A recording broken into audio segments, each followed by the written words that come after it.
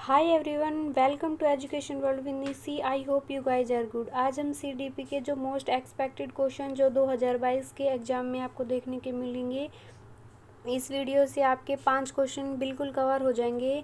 आपको देखना है कि वीडियो को ध्यान से देखना है और वीडियो में लास्ट तक बने रहना है। वीडियो के लास्ट में मैं आपको सीडीपी की जो पेडागोजी है और उसके पॉजिटिव टैग वर्ड दूंगी कुछ। इससे आपके 30 आउट ऑफ 30 जो सीडीपी के मार्क्स हैं वो कहीं नहीं जाने वाले। इससे आप बाहर टैग वर्ड के बाहर कुछ नहीं आएगा।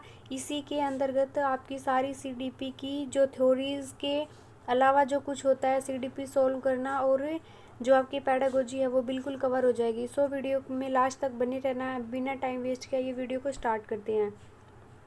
क्वेश्चन नंबर 1 है, जब कोई विद्यार्थी स्कूल में अच्छा प्रदर्शन नहीं करता यानी कि तो उस शिक्षिका को क्या करना चाहिए। मैं बिल्कुल आपको किताबी लैंग्वेज नहीं पढ़ाऊंगी। जो आपको प्रैक्टिकल यानी कि जो आपकी खुद की लैंग्वेज से समझ पाओगे वही आपको याद रहता है एग्ज़ाम में। बाकी मैं यहाँ बिल्कुल प्योर हिंदी से समझाऊँ तो आप समझ नहीं पाए, उसका कोई फ़ायदा नहीं है। सो बिल्कुल आपकी जो फ्रेंड्स की और आपके बीच में जो लैंग्वेज है जो आप डेली रूटीन में यूज करते हो उसी के द्वारा पढ़ेंगे तो आपको लॉन्ग टर्म तक चीज़ें याद रहेंगी। जब कोई शिक्षिका है एक स्कूल में और वो विद्यार्थी अच्छा प्रदर्शन नहीं करता तो उस शिक्षिका की यानी कि उस टीचर की एज ए टीचर क्या रिस्पॉन्सिबिलिटी बनती है। उसको शिक्षा व्यवस्था या तंत्र का विश्लेषण करना चाहिए, या फिर जो वो बच्चा है उसके माता पिता को दोषी ठहराना चाहिए, या फिर विद्यार्थी को शर्मिंदा करना चाहिए, या फिर विद्यार्थी को विशिष्ट स्कूल में भेज देना चाहिए। शिक्षा जो व्यवस्था है यानी कि जो स्कूल है, स्कूल की जो भी मैनेजमेंट है उसका विश्लेषण करना चाहिए, बिल्कुल करना चाहिए। माता पिता को दोषी ठहराना चाहिए, बिल्कुल नहीं ठहराना चाहिए, क्योंकि माता पिता से हम बच्चे को कैसे आगे बढ़ा सकते हैं, उसके सीखने के स्तर को कैसे ऊंचा उठा सकते हैं ये डिस्कस कर सकते हैं। लेकिन माता पिता को दोषी ठहरा देना कि इस आपके का ध्यान नहीं है या आपके द्वारा ये कुछ कर नहीं पाता है, ऐसा बिल्कुल कभी नहीं होना चाहिए, क्योंकि नेगेटिविटी में चला जाएगा। विद्यार्थी को शर्मिंदा कर देना चाहिए, बिल्कुल भी नहीं करना चाहिए, क्योंकि बाल केंद्रीय शिक्षा के अंतर्गत जो कुछ है बच्चा है और बच्चे के हर लेवल के बच्चे को आगे लाने के लिए उसके सीखने का जो स्तर है उसका सर्वांगीण विकास होना चाहिए। ये ही एक टीचर की रिस्पॉन्सिबिलिटी है। जो टीचर है वो एक गाइडेंस का काम करता है, जो भी कुछ करना है वो बच्चे को करना है, और बच्चे को किसी भी जो शिक्षण विधियां हैं उनके द्वारा या उसमें जो टीचर पढ़ा रहे उसमें बच्चे का इंटरेस्ट है जो उसको बिल्डअप कैसे करना है, ये टीचर की रिस्पॉन्सिबिलिटी है। लेकिन बच्चे को शर्मिंदा बिल्कुल नहीं करना है। नेक्स्ट क्वेश्चन है, विद्यार्थी को विशेष स्कूल में भेज देना चाहिए। बिल्कुल नहीं भेजना चाहिए, क्योंकि किसी भी चाइल्ड को सेपरेट नहीं करना है। हमें समावेशी शिक्षा का पालन करते हुए एज ए टीचर बच्चे को शिक्षा देनी है। ये तीनों बिल्कुल नहीं होंगे तो हमारा राइट ऑप्शन कौन सा हो जाएगा, क्वेश्चन नंबर 1। जो ऑप्शन नंबर 1 है, शिक्षा व्यवस्था और तंत्र का विश्लेषण करना चाहिए कि कहाँ पर दिक्कत है जिससे बच्चा अच्छा प्रदर्शन नहीं कर पाता। नेक्स्ट क्वेश्चन है, कक्षा में समझ न बना पाने के सतत अनुभव और सीख न पाने की असमर्थता व निष्पादन न कर पाने के लिए स्वयं को उत्तरदायी या दोषी ठहराने का या फिर जो संभावित परिणाम है वो क्या हो सकता है। कक्षा में समझ बना पाने के जो सतत अनुभव हैं उनको सीख न पाने की जो असमर्थता और जो उसकी परफॉर्मेंस है उसको अच्छे तरीके से परफॉर्म ना कर पाने को और दोषी ठहराने के क्या संभावित परिणाम हो सकते हैं। अधिगम असहायता का भाव या बेहतर सीखने की अधिप्रेरणा, निपुणता, उन्मुखी योग्यता के वृद्धिपरक दृष्टिकोण में विश्वास। तो फ्रेंड्स इसका राइट ऑप्शन हो जाएगा अधिगम असहायता का भाव।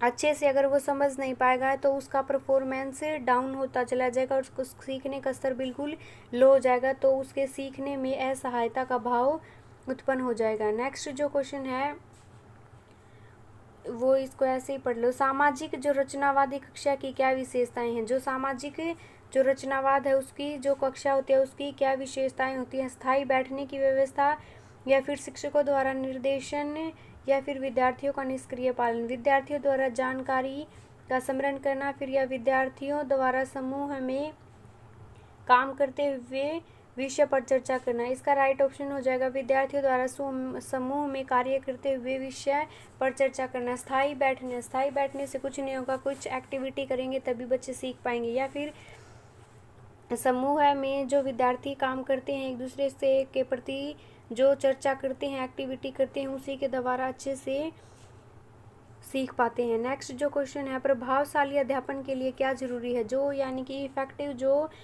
टीचिंग है उसके लिए क्या जरूरी है? नंबर 1 है तथ्यों के पुनरुत्थान पर बल देना चाहिए, यानी कि 2 तथ्य है उनके पुनरुत्थान पर बल दिया जाए। या फिर केवल पाठ्य पुस्तक को ही ज्ञान का स्रोता मानने पर बल देना चाहिए? बिल्कुल भी नहीं देना चाहिए। केवल जहाँ पर भी केवल शब्द आ जाए वो ऑप्शन यूज ही नहीं करना है। या फिर तथ्यों और प्रक्षेप जो तथ्य हैं, फैक्ट हैं, कॉन्सेप्ट है, उनका विवेचनात्मक विश्लेषण करना चाहिए हो सकता है, क्योंकि जो फैक्ट है और उस कॉन्सेप्ट है उनको अच्छे से एक्सप्लेन, उनकी अच्छे से विवेचना और उसका विश्लेषण करना चाहिए। अधिगमकर्ताओं के पूर्व अनुभव को प्रधानता देनी चाहिए, बिल्कुल देनी चाहिए। जो कुछ भी बच्चे ने सीखा है उसको इम्पोर्टेंस देनी चाहिए। बच्चा पुराने ज्ञान के आधार पर ही नए ज्ञान को सीखता है और उसको अच्छे से सीख पाता है। जॉन लॉक के द्वारा कहा गया है कि बच्चा कोरिलेट है, लेकिन ऐसा कुछ नहीं है। बच्चा अपनी फैमिली से, अपने बैकग्राउंड से, अपने साथी समूह, आस पड़ोस से कुछ ना कुछ सीख के ही विद्यालय में आता है। तो बच्चे को कोरिलेट बिल्कुल नहीं कहा। तो इसका राइट ऑप्शन है वो कौन सा हो जाएगा? 3rd और 4th। एक बार ऑप्शन 3rd और 4th देख लें, इनको अच्छे से एक्सप्लेन कर लें। तथ्यों और प्रक्षेप इनकी विवेचना करनी चाहिए, बिल्कुल पॉजिटिविटी में है। और अधिगमकर्ताओं के पूर्व अनुभव को प्रधानता देनी चाहिए, तो ये दोनों पॉजिटिव हैं, इसलिए इनका यही राइट ऑप्शन हो जाएगा। जो नहीं वाले क्वेश्चन है उनमें सिर्फ पॉजिटिविटी देखनी है हमें। अर्थपूर्ण सीखना, यानी कि जो मीनिंगफुल लर्निंग है वो कैसे होती है? एक रेखीय रूप में, या फिर वार्तालाप रूप में, या फिर तब होता है जब शिक्षक विद्यार्थियों के संवेगात्मक पहलुओं को नकार देता है, यानी कि जो ये उसके इमोशनल जो कॉन्सेप्ट हैं शिक्षक के द्वारा वो नकार दिए जाएं, उसको डिनाई कर दिया जाए, तो ऐसा कुछ नहीं होता। और एक रेखीय के रूप में, न वर्तुलाकार के रूप में, एक रेखीय जो रूप होता है वो, और न वर्तुलाकार रूप में ये नहीं होगा। शिक्षार्थियों द्वारा सीधे निर्देशन द्वारा निर्धारित होना चाहिए, बिल्कुल शिक्षकों के द्वारा सीधे निर्देशन द्वारा निर्धारित होता है। या फिर विद्यार्थियों के परिवेश के साथ सक्रिय अंतःक्रिया के द्वारा, ये इसका बिल्कुल जो हमें बिल्कुल सूटेबल हो, यानी कि उससे बेटर हो, जो सबसे बेटर हो वही ऑप्शन हमें टिक करना है। विद्यार्थियों का जो आस पड़ोस का जो माहौल है, उसका परिवेश, जो उसकी वातावरण है, उसमें सक्रिय अंतःक्रिया, यानी कि बच्चा समाज के साथ जितना उसकी अंतःक्रिया होगी, उसकी कम्युनिकेशन स्किल अच्छे से होंगी, वो लोगों के साथ एक्टिविटी करके सीखेगा, बातें करेगा, तो उनसे सीखेगा, तो वह मीनिंगफुल लर्निंग होगी, वो अच्छे से सीख पाएगा, समझ पाएगा और लॉन्ग टर्म के लिए समझ पाएगा। नेक्स्ट जो क्वेश्चन है, विद्यार्थियों को अधिगम के प्रति प्रेरित करने के लिए किस तरह के जो लक्ष्य हैं उनको बढ़ावा देना चाहिए? यानी कि एक बच्चा है जो वो अधिगम, यानी कि जो उसकी लर्निंग है वो उसके प्रति खुद मोटिवेट हो, किस तरह के लक्ष्य को बढ़ावा देना चाहिए? इसके लिए जो दृष्टिकोण केंद्रित जो दक्षता लक्ष्य है उसके द्वारा, परिहार केंद्रित जो प्रदर्शन लक्ष्य है उसके द्वारा, या फिर दृष्टि केंद्रित प्रदर्शन लक्ष्य है, या फिर परिहार केंद्रित दक्षता लक्ष्य है। तो इसका राइट ऑप्शन हो जाएगा 1 दृष्टिकोण केंद्रित लक्ष्य, यानी कि जो दृष्टिकोण है बच्चा किस तरीके से सीख पाता है और क्या दृष्टिकोण है उसके द्वारा बच्चे का सर्वांगीण विकास को ध्यान में रखकर ही उसको सिखाना है। दृष्टिकोण केंद्रित दक्षता लक्ष्य ये उसके द्वारा सिखाया जा सकता है। नेक्स्ट जो क्वेश्चन है, कथन ए, एक अध्यापक को ऐसी अधिगम कार्य नहीं अभिकल्पित करने चाहिए जो बच्चे को पाठ्य पुस्तक के अलावा किसी और स्रोत यानी कि सोर्सेज से ज्ञान अर्जन को बढ़ावा दे। यानी कि जो एज ए टीचर है वो अधिगम कार्य अभिकल्पित करने नहीं चाहिए जो बच्चे के पाठ्य पुस्तक के अलावा अन्य सोर्सेज को बढ़ावा दे। तर्क है नंबर 1 है, अधिगम और जो ज्ञान है उसको संप्रेषित, यानी कि जो उसकी लर्निंग और नॉलेज को संप्रेषित करे या इच्छित या सर्जित नहीं है। ए और आर दोनों सही हैं, आर सही व्याख्या करता है ए की, या फिर ए और आर दोनों सही हैं लेकिन ए उसकी व्याख्या नहीं करता। ए सही है और आर गलत है। एक इसका नेक्स्ट जो ऑप्शन है ये ए और आर दोनों गलत हैं, तो इसका राइट ऑप्शन यही हो जाएगा फोर्थ वाला जो कि ए है। केवल इसमें अधिगम कार्य पुस्तकों के अलावा किसी और सोर्सेज से वो ज्ञान है वो अर्जित नहीं करने को बढ़ावा दे रहा है। सो ये दोनों ही गलत हैं, इसलिए फोर्थ ऑप्शन सही हो जाएगा हमारा। जो नेक्स्ट क्वेश्चन है, संप्रत्यात्मक जो कॉन्सेप्ट की जो समझ है उसको सुसाध्य है। सु का अर्थ क्या होता है? सु मीन्स होता है अच्छा, सु का अर्थ होता है अच्छा, और साध्य करने के लिए एक शिक्षिका को क्या नहीं करना चाहिए? ये मेन है कि उसको नहीं करना चाहिए, रूपकों का इस्तेमाल नहीं करना चाहिए। इनके जो लास्ट है इसके लास्ट में नहीं ही जोड़ के देखें तभी इसका राइट ऑप्शन आएगा। उदाहरणों व गैर उदाहरणों का प्रयोग नहीं करना चाहिए। पुनर् जो ज्ञान है के साथ संबंधित करना चाहिए। जो बच्चे का जो पहले जो ज्ञान है उसके साथ उसका कोई रिलेशन स्थापित नहीं करना चाहिए। या फिर केवल जानकारी के पुनरुत्थान पर बल देना चाहिए। यानी कि ये सारे पॉजिटिव में हैं और हमें ढूंढना क्या है? नहीं, यानी कि वो नेगेटिव टैग वर्ड है ये, कि जो नहीं है उसके वो ये है केवल जानकारी। केवल शब्द आ गया, ये इसका नेगेटिव टैग वर्ड है। जहाँ केवल ओनली ये शब्द आ जाए वो ऑप्शन नेगेटिव में चला जाएगा, तो केवल जानकारी के पुनरुत्थान पर बल नहीं देना चाहिए। नेक्स्ट जो क्वेश्चन है, परासंज्ञान और अधिसंज्ञान क्या है? जो परासंज्ञान और अधिसंज्ञान क्या है? नंबर 1 है ऑप्शन जो सहज सिद्धांत, जो बच्चे अपने आसपास की घटनाओं के बारे में गढ़ते हैं। या फिर नेक्स्ट अपनी खुद की सोच के बारे में सोचने की प्रतिक्रियाओं और नई जानकारी को समायोजित करने के लिए मौजूदा स्कीमा में रूपांतरण। या नेक्स्ट है विभिन्न रूप रचनाओं संरचना व दृश्य जो वर्गीकृत है उसका निरूपण करना। तो इसका राइट ऑप्शन हो जाएगा बच्चा खुद की जो समझ यानी कि खुद से जो भी नॉलेज सोच और जो उसके प्रति एक्टिविटी करेगा वो अधिसंज्ञान और परासंज्ञान कहलाता है।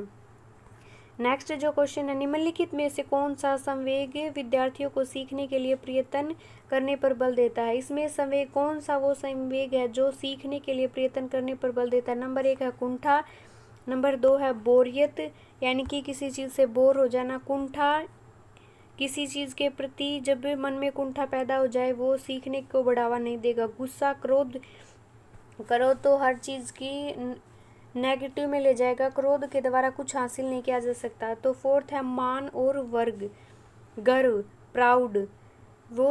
ये मान सम्मान और प्राउड एक ऐसा संवेग है जो सीखने पर के प्रयत्न पर बल देगा, यानी कि बच्चे को सीखने के लिए मोटिवेट करेगा। नेक्स्ट जो क्वेश्चन है, क्या अध्यापन अधिगम प्रक्रिया में भय की कोई भूमिका होती है?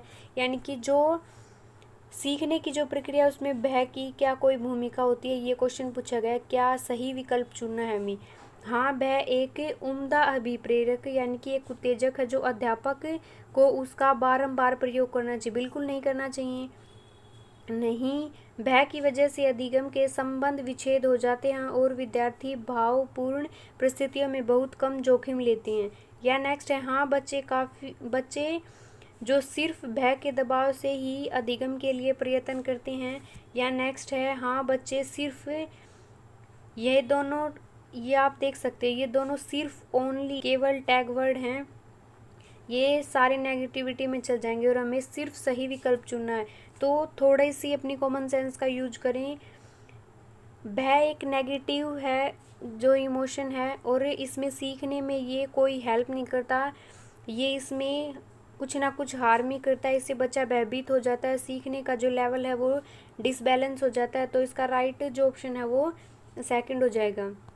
नेक्स्ट जो क्वेश्चन है, एक विद्यार्थी जो अपने को गणित में होशियार समझती है, एक जो स्टूडेंट है वो अपने आप को गणित में होशियार समझती है, परीक्षा में कम अंकों के लिए अपने परिश्रम न करने को जिम्मेदार मानती है। जो उसके एग्जाम है उसमें कम अंक के लिए वह अपने परिश्रम न करने को जिम्मेदार मानती है, यानी कि उसने मेहनत नहीं की। उसका यह तर्क क्या दर्शाता है? नियंत्रण या आंतरिक केंद्र, या अधिगम असहायता, या फिर नियंत्रण के बाह्य कारक, या फिर उसका अपनी योग्यता में अविश्वास। Question number 1